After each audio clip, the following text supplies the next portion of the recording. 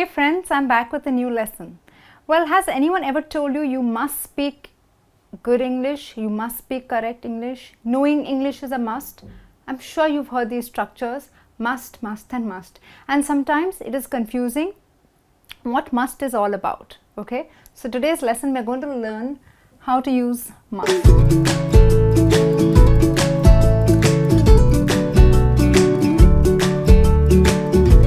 Well, let's understand one thing. Must is a modal verb.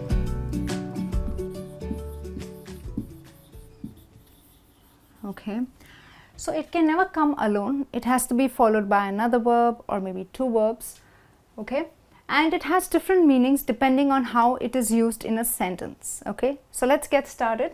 The first one, I must finish the work before I leave. Now, when I say I must finish, that means something that I must do, I have to do. I am putting an obligation on myself.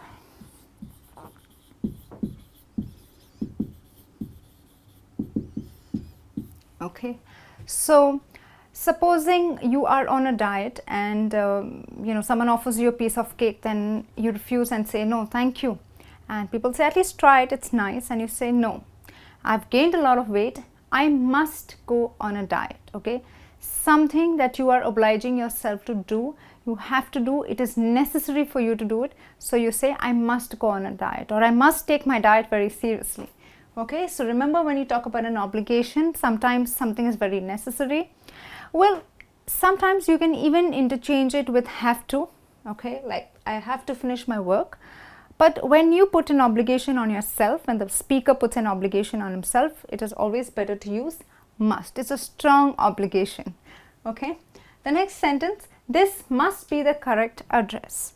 Now, supposing you are searching for your friend's new apartment and you're close to it, you're almost there, and you just kind of gauge, you assume this must be the correct one. I think we've reached the place. This must be. Now, this does not mean that it has to be the correct one. It's a logical certainty.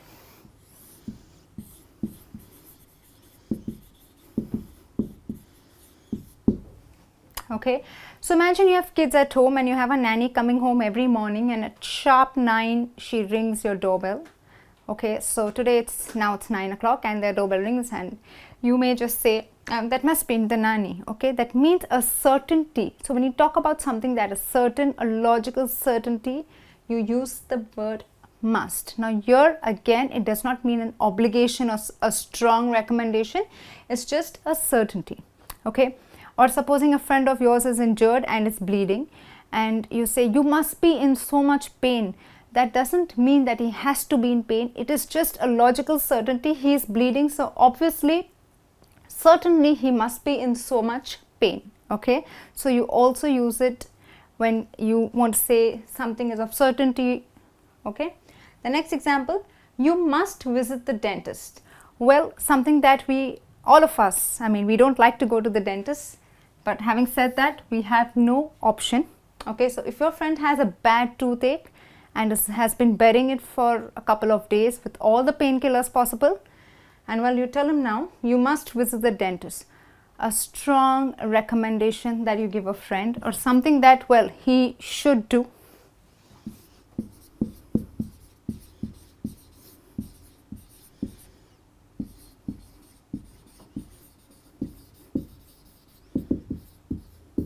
Okay, so you must visit the dentist. Okay, well, I'm going to tell you, you must subscribe to our channel, you must watch all our videos. Okay, a strong recommendation.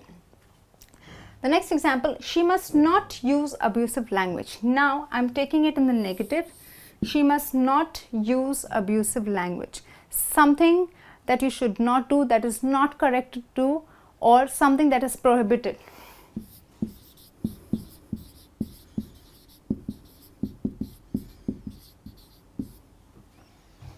Okay, so you have all the mothers telling their children, you must not leave your homework incomplete.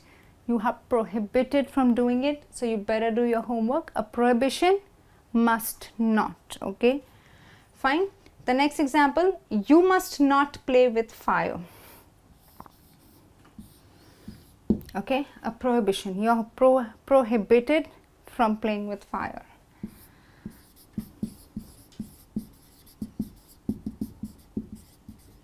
So remember, when you use must not, or rather when you put must in the negative, it is generally a prohibition or something that you must just not do. Okay, you are prohibited from doing. Okay, now so far these are sentences in the present. Okay, you have must followed by a verb in the first form. In the present form, you have must finish, you have must be, must visit, must not use, must not play. Well, if I tell you, you must wake up early every day, that means something that is a must, a strong recommendation, you must do it. But if I want to take it in the past tense, in the simple past tense, remember, must does not have a past form. Like you have becomes had, speak becomes spoke, can becomes could, right? So must does not have a past form. What we use is had to with the verb in the first form. So I had to wake up early. This is the past form of must. Okay, so I must wake up early, a strong recommendation, something that I must do regularly. But if I want to tell you yesterday or last week, I had to wake up early. So it's the past of must. I had to wake up. So remember, had to with the verb in the first form is used. So had to is the past of must.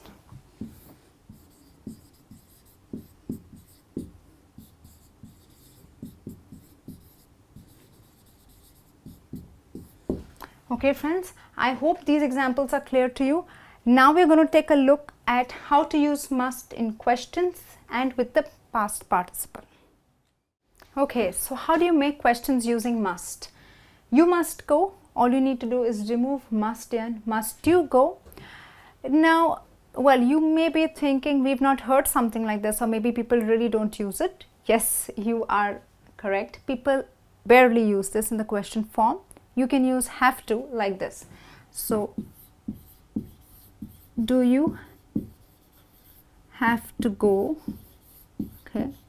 So, must you go? Have to is more common. Okay. So, well, if you say, do you have to go? It's correct. All right. The next example, must we watch this film? So, this is not wrong. It is correct. You can make a question with must, but a lot of people prefer have to. Do we have to watch? Okay. So, you can use it to make a question regarding must. Okay, if you don't want to put must in a question, you can use have to. Okay, now using must with the past participle. If I say he must have gone to the party, okay, now first of all, remember we are talking about something in the past, you're not sure. So last night he must have gone to the party. Must have gone to the party. A past probability, a probability, you're not 100% sure. Well, there is a probability that he must have gone to the party, but remember it's in the past.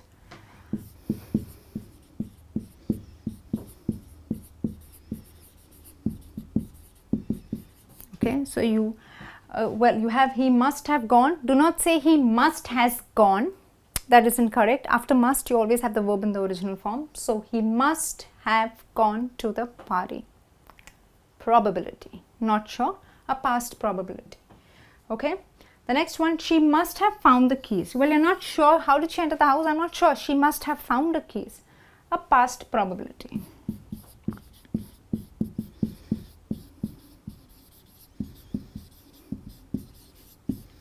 Okay, so remember when you use must with the past participle, must have gone, must have found, must have done, must have met, it is a past probability. You're not sure, but yes, there is a probability. Okay, now let's take a look at the next one. Speaking English is a must. Now, must is not used as a verb here.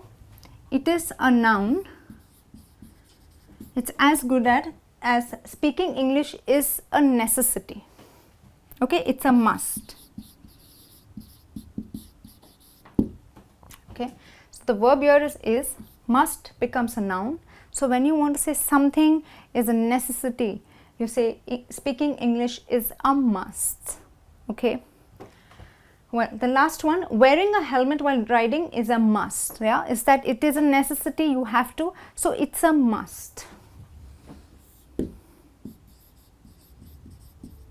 So sometimes when you want to say something is a necessity, you use must in the form of a noun by saying this something is a must, okay? Speaking English is a must.